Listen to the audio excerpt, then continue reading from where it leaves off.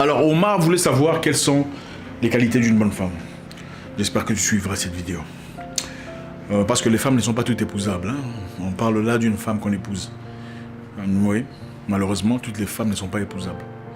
On n'épouse pas toutes les femmes. Toutes les femmes ne sont pas matérielles de mariage.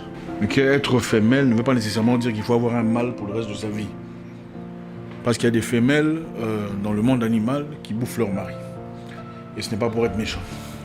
Vous savez, on vit dans une société où faire de reproches ou parler de la femme, en tout cas d'une façon pas nécessairement glorieuse de leur part, est perçu comme de la misogynie, du sexisme et tout ce qu'il y a de isme. N'est-ce pas? On vit dans une société où la femme doit nécessairement être glorifiée, nécessairement être encouragée, nécessairement être idolâtrée quelque part, sinon on est perçu négativement. Tout cela a commencé dans les années 70, quand on voulait créer l'intersexualité, vous savez comment c'est, enfin juste après l'intersexualité, dans le but de changer la société telle qu'elle est. Tout le monde a des défauts, les hommes en ont. En tout cas, quand vous faites part de défauts des hommes, les hommes l'acceptent avec honneur et gentillesse, sympathie. Mais quand on ose parler de la femme, pourquoi tu parles de la femme comme ça? Pourquoi tu dénigres la femme? Ce n'est pas dénigrer la femme, c'est dire la vérité. Dire la vérité ne veut pas dire dénigrer quelqu'un. La triste réalité est celle-ci, il y a des femmes qu'on n'épouse pas. Ce n'est pas toutes les femmes qu'on épouse, pas du tout. Certaines femmes sont là, elles sont conçues, elles sont paramétrées à être madame, maman, d'autres ne sont pas. Donc il faut savoir identifier ces éléments. Très rapidement, je ferai, très naturellement, quelles sont les bonnes qualités? Quelles sont les qualités d'une bonne femme? C'est-à-dire d'une femme qu'on épouse. Parce qu'il y a certaines femmes, il faut juste passer du temps, vous amuser, hein, blaguer, tout ça. Désolé, hein, c'est un peu dur à entendre, mais c'est ça la réalité. C'est ça la triste réalité. C'est pas toutes les femmes qu'on épouse. D'abord, pour y arriver, pour vous faire comprendre, il faut comprendre d'abord une chose. Tous les Africains ne sont pas identiques. Tous les Noirs ne sont pas les mêmes. D'accord? Il y a généralement 5 types de Noirs. Il y a le Noir né en Afrique, qui a gardé la mentalité, né en Afrique, grandi en Afrique, gardé la mentalité. Il y a le Noir né en Afrique, qui a complètement perdu la mentalité à travers la télévision, les séries télévisées, toutes ces histoires-là, complètement enivré de toutes ces bêtises. Il y a le Noir qui est parti en Europe, aux États-Unis, a gardé la mentalité africaine. Il y a le Noir qui est parti en Europe et complètement perdu, confondu. Ceux-là sont hybrides. Ils sont devenus autre chose. Hein, ces femmes-là, il faut les laisser épouser des Scandinaves. Parce que voilà, elles sont souvent les plus compliquées, les plus dures. En tout cas, si vous pouvez gérer, d'accord. Si vous ne pouvez pas, il faut pas. Et il y a aussi des Noirs qui sont, de manière très intéressante, nés en Europe, mais qui ont appris à garder la mentalité africaine. En plus de ceux qui sont partis et ont gardé la mentalité. Ça, c'est très beau. J'en ai déjà vu rentrer en Afrique pour essayer d'apprendre, pour essayer de développer sa connaissance, savoir comment cuisiner africain, comment parler africain, comment se comporter africain. Embrasse avec gloire son identité, sa nature, sa culture. Contrairement à celles-là qui veulent vous prêcher l'européanisme, le scandinavisme et tout ce qu'il y a de isme. Parce que d'après elle, le monde doit évoluer. L'homme peut aussi cuisiner, nettoyer les assiettes, changer les couches de son bébé. Vous pouvez le faire par amour. Mais ce n'est pas un droit ou un devoir, en tout cas pas dans la mentalité africaine. La beauté même d'avoir une maman à la maison, c'est quand elle fait ça avec grâce, avec amour.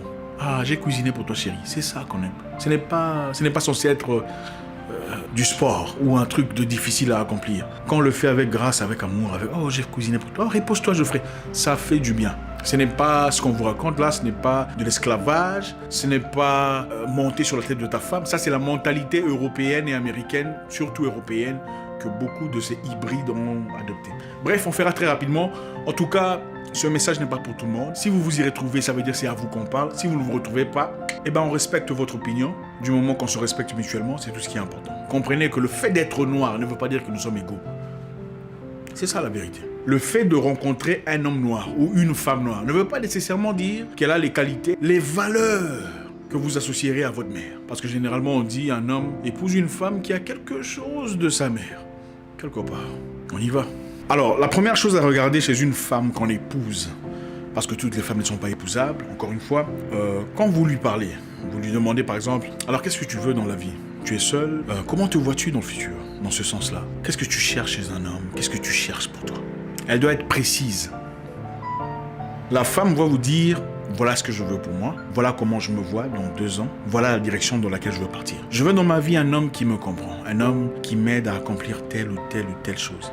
Comme j'ai des objectifs de vie dans ce sens-là, je voudrais bien d'une personne qui m'aiderait à aller dans ce sens-là, ou qui m'apporterait des briques nécessaires pour construire la pyramide de ma réussite personnelle. Et une personne qui, naturellement, j'assisterai dans ses projets de vie. Vous voulez d'une personne précise, une personne qui comprend la direction qu'elle veut. Quand vous rencontrez une femme qui vous dit « Bah écoute, je sais pas trop, je suis encore là, enfin j'observe, je sais pas trop, je suis pas trop sûr, on verra comment ça va aller, si je veux sentir ou pas. » Ce n'est pas quelqu'un que vous voulez dans votre vie. En tout cas, je parle aux jeunes qui sont entrepreneurs, battants, batailleurs, courageux, braves. Ceux qui essayent d'avancer dans la vie. Il vous faut une femme qui a avec précision une idée sur ce qu'elle veut dans la vie. Une femme qui vous donne le fait, elle vous place un standard qu'il faut rencontrer.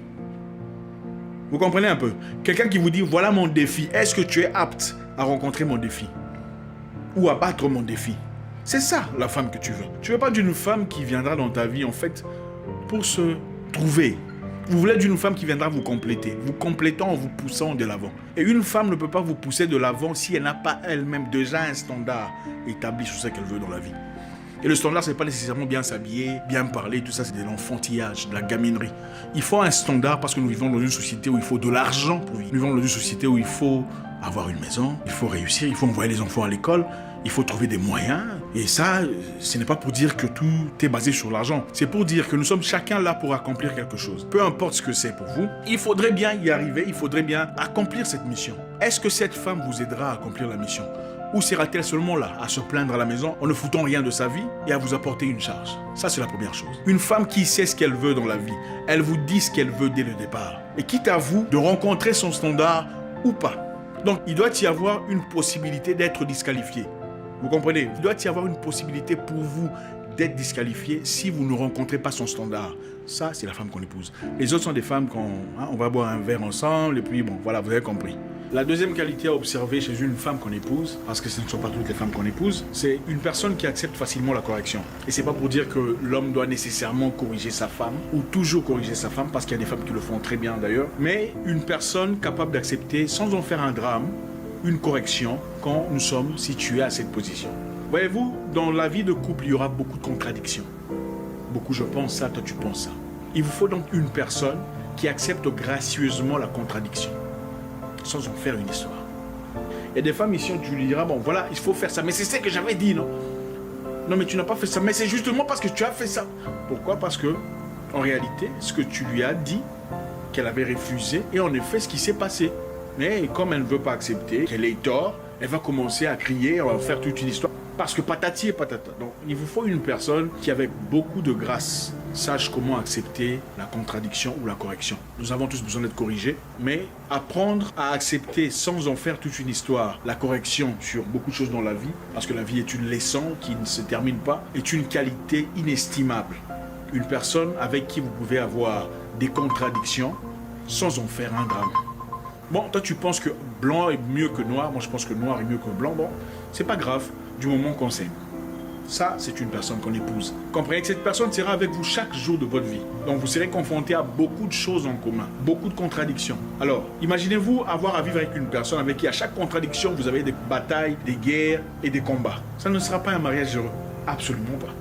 Vous savez, beaucoup de femmes malheureusement pensent que être une bonne femme se limite à être loyale ou fidèle à son homme. Ou lui faire à manger, faire des câlins, lui dire des trucs bien, et puis voilà. Ce n'est pas vrai. Vous pouvez être la femme la plus loyale, la plus fidèle, la meilleure cuisineur ou cuisineuse, la meilleure chef, mais être une femme impolie, une femme insolente, une femme irrespectueuse,